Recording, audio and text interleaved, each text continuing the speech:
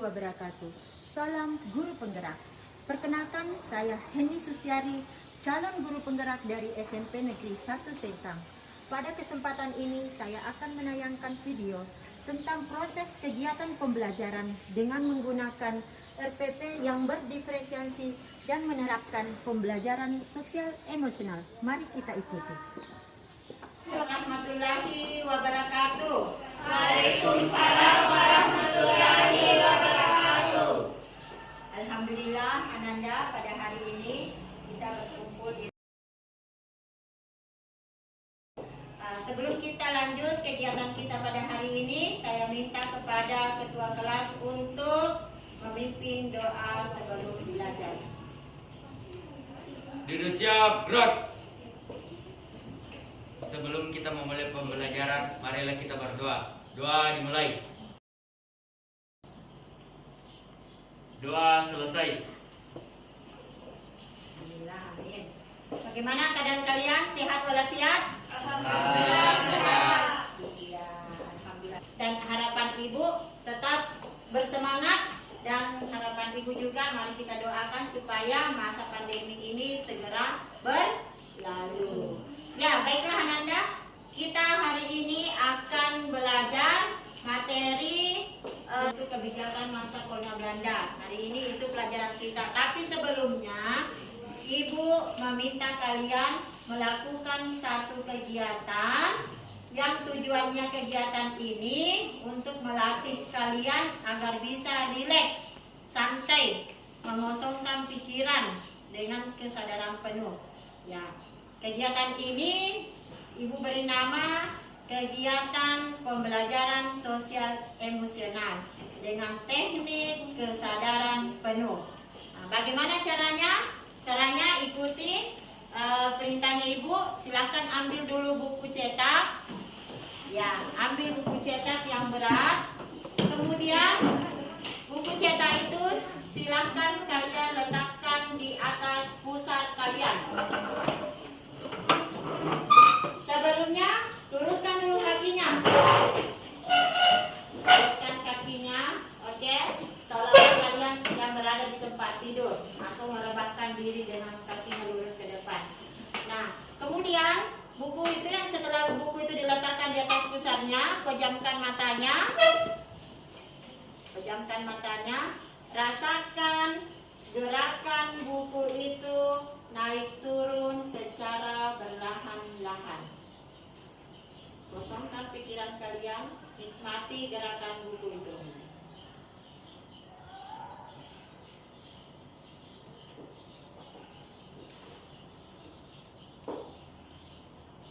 Iya, oke, selesai. Nah, ini tadi seperti ibu bilang adalah satu teknik kegiatan menyampaikan dulu diri kita, tubuh kita, dan pikiran kita. Nah, saya ingin bertanya kepada dua orang dari kalian ini, mungkin ada yang bisa menceritakan apa yang dirasakan setelah meletakkan buku dan mengosongkan pikiran tadi sesaat. Siapa yang ingin menyampaikan? Nisa mungkin? Ya, silakan Anissa. Setelah melakukan kegiatan tersebut, perasaan saya menjadi lebih nyaman dan lebih rileks. Iya, bagus. Bagaimana yang lain? Merasa seperti itu? Ada perasaan seperti itu? Oke, masih ada yang mau menyampaikan, menceritakan apa yang dirasakan tadi? Anugerah mungkin? Ya, silakan Anugerah. Setelah saya melakukan kegiatan tadi, saya merasakan beban pikiran saya menjadi ringan dan semakin rileks. Iya, betul sekali. Memang pasti ada yang dirasakan. Ini namanya teknik stop. Jadi kalian bisa mempraktekkan di rumah, ya. Suatu ketika kalian merasa jenuh, banyak sekali tugas-tugas yang diberikan oleh Bapak Ibu guru, kalian bisa melakukan hal ini. Santai sejenak.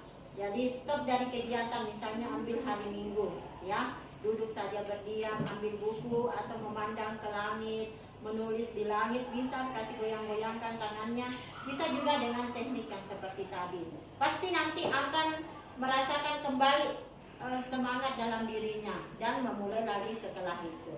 Oke, Masuk kepada kegiatan pembelajaran. Pada hari ini kita akan perhatikan di papan tulis.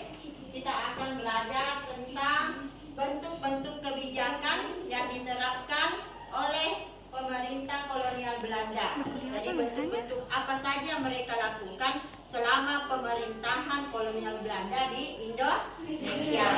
Nah, ada 3 tujuan pembelajarannya. Yang pertama adalah menjelaskan bentuk-bentuk kebijakan masa kolonial Belanda. Yang kedua, menjelaskan bentuk-bentuk penyimpangan atau pelanggaran yang dilakukan oleh Belanda.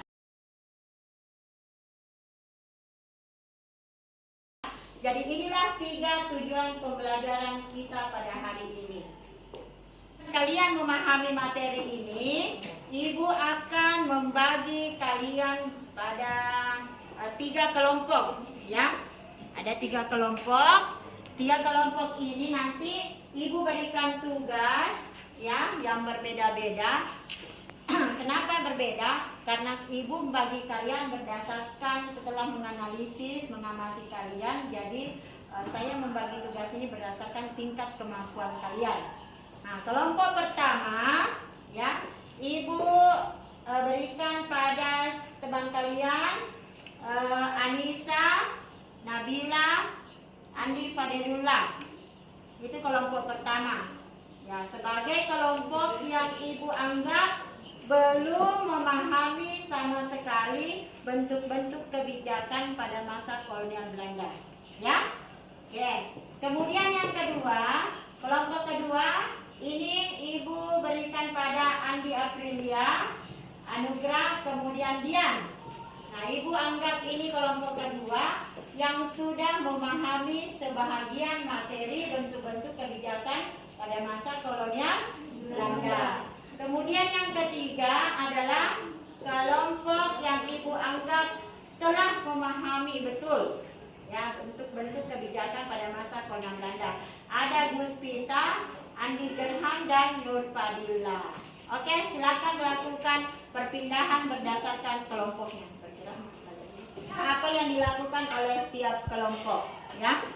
Jadi ada 3 tugas yang Ibu berikan. Mana tadi kelompok pertama? Oke, kelompok pertama. Silakan diterima dulu. Kelompok 2. Ya, silakan diterima dulu tugasnya, lembaran tugasnya. Dan kelompok 3.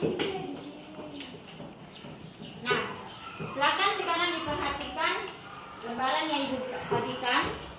Ini masing-masing orang itu akan mendapatkan kertas, tapi soalnya sama. Setelah kalian menjawab nanti pertanyaan-pertanyaan LKPD yang ada di situ, kemudian setelah itu didiskusikan jawaban yang paling betul, nanti silahkan dipindahkan di karton. Ya, karton yang Ibu bagikan ini, karena ada 3 kelompok, jadi 3 kartonnya juga. Ya, silakan diterima. Nah, sekarang silakan dikerja lembaran tugasnya, didiskusikan bersama. Setelah itu dipindahkan di karton jawaban yang sudah dianggap paling benar atau final. Silakan bekerja, Anda.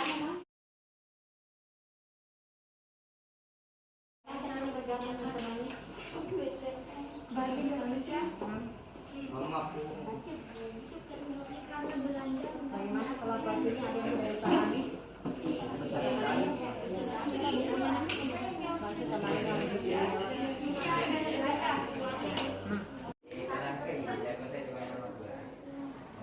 Bagaimana Anda? Sudah selesai semua pola kegiatannya? Ya, sudah lengkap jawabannya di atas? Sudah tidak ada yang ingin lagi ditambahkan? Ya, saya melihat sudah dipasang semua hasil kerja kelompoknya. Nah, marilah sekarang kita lanjutkan kegiatan kita, yaitu Ibu minta kepada setiap kelompok untuk mempresentasikan hasil tugasnya masing-masing. Pada kesempatan ini Ibu minta dulu kelompok 1. Silakan kelompok 1 perwakilannya, ke 3 orang naik bisa juga perwakilannya.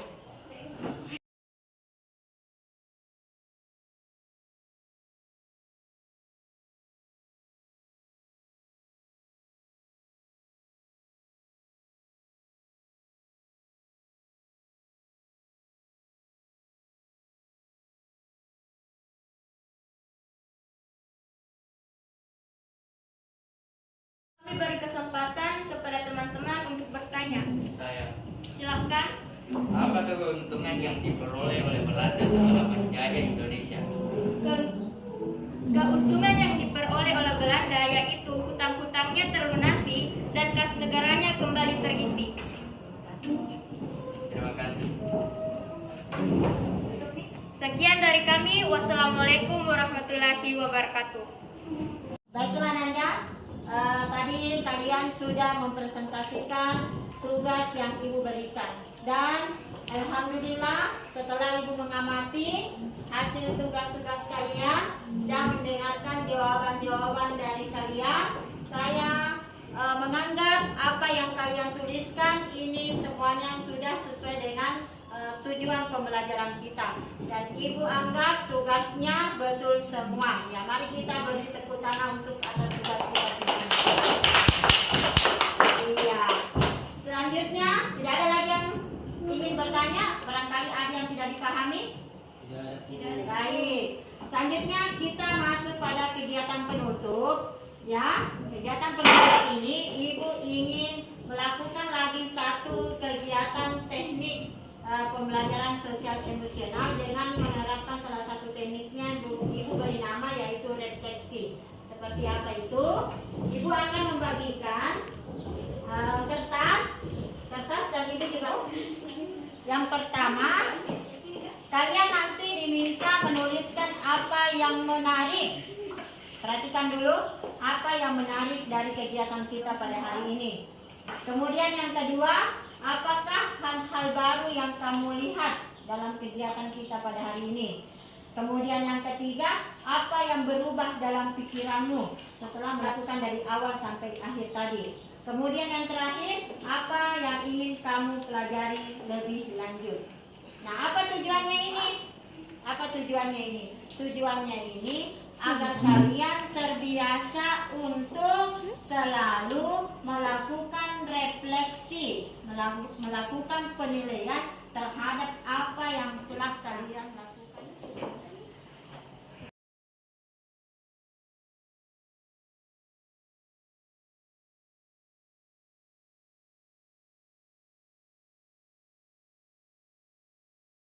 Refleksi saya itu yang pertama, yang menarik sebelum saya belajar tadi yaitu ibu guru meminta kami melakukan praktek melatih fokus dan menghilangkan stres.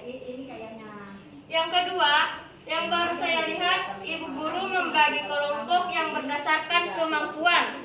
Yang ketiga, perasaan dan pikiran saya lebih tenang, rileks atas ibu guru sudah mempraktekkan melatih fokus dan menghilangkan stres. Dan yang keempat, saya ingin mengetahui lebih banyak tentang perlawanan bangsa Indonesia akibat penjajahan bangsa Eropa. Sekian dari saya. Wassalamualaikum warahmatullahi wabarakatuh. Kita sudah mendengarkan hasil refleksi teman kalian. Harapannya Ibu, refleksi ini selalu kalian lakukan setiap kali selesai melakukan satu kegiatan. Ya, karena waktu kita sudah habis, maka pada hari ini kita tutup kegiatan pembelajaran kita pada hari ini dengan bersama-sama tanpa dipimpin oleh ketua kelas untuk membaca doa. Mari kita mulai.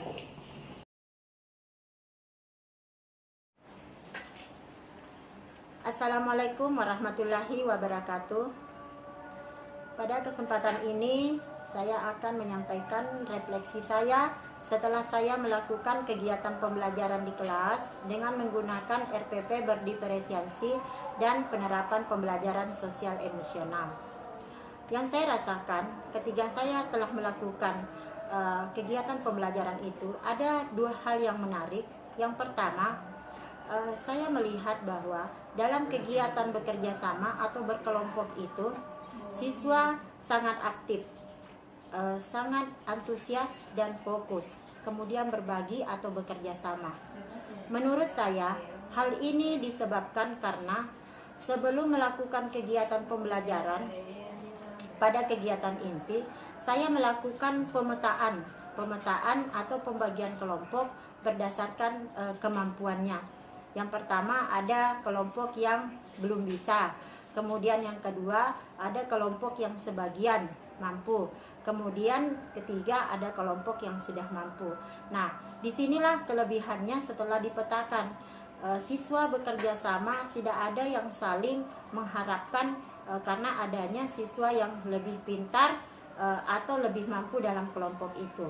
Kemudian selanjutnya saya juga melihat bahwa dalam kelompok siswa itu sangat rileks atau nyaman bekerja. Hal ini dikarenakan pada kegiatan pendahuluan saya melakukan penerapan pembelajaran sosial emosional dengan menerapkan teknik berkesadaran penuh atau teknik stop. Nah, dalam kegiatan teknik stop itu saya melakukan satu kegiatan permainan yang tujuannya untuk merilekskan keadaan atau emosional siswa, dan ini ternyata sangat berpengaruh sekali dalam kegiatan belajar siswa di kelas. Kemudian di akhir atau di kegiatan penutup, saya juga kembali melakukan penerapan pembelajaran sosial emosional dengan menerapkan PSE, yaitu melakukan refleksi kepada siswa. Dan ternyata siswa mampu menuliskan dengan baik hasil refleksinya. Itulah yang saya rasakan setelah saya melakukan kegiatan pembelajaran. Kemudian rencana perbaikan. Untuk rencana perbaikan, kita tahu bahwa dalam kegiatan pembelajaran itu kan waktu yang digunakan adalah 2 kali 40 menit. Nah, menurut saya ketika kita menggunakan dua teknik tersebut, baik berdiferensiasi dan pembelajaran sosial emosional itu, tentu ada tambahan waktu yang dibutuhkan. Nah, inilah kekurangannya. Jadi, saya merasa bahwa barangkali bagusnya ke depan dalam RPP itu, dalam menyusun RPP itu ada berupa penambahan waktu sedikit bagaimana mengatur mulai dari kegiatan awal, inti sampai penutup, sehingga kedua teknik itu bisa diterapkan dalam kegiatan pembelajaran. Demikianlah refleksi saya. Assalamualaikum warahmatullahi wabarakatuh.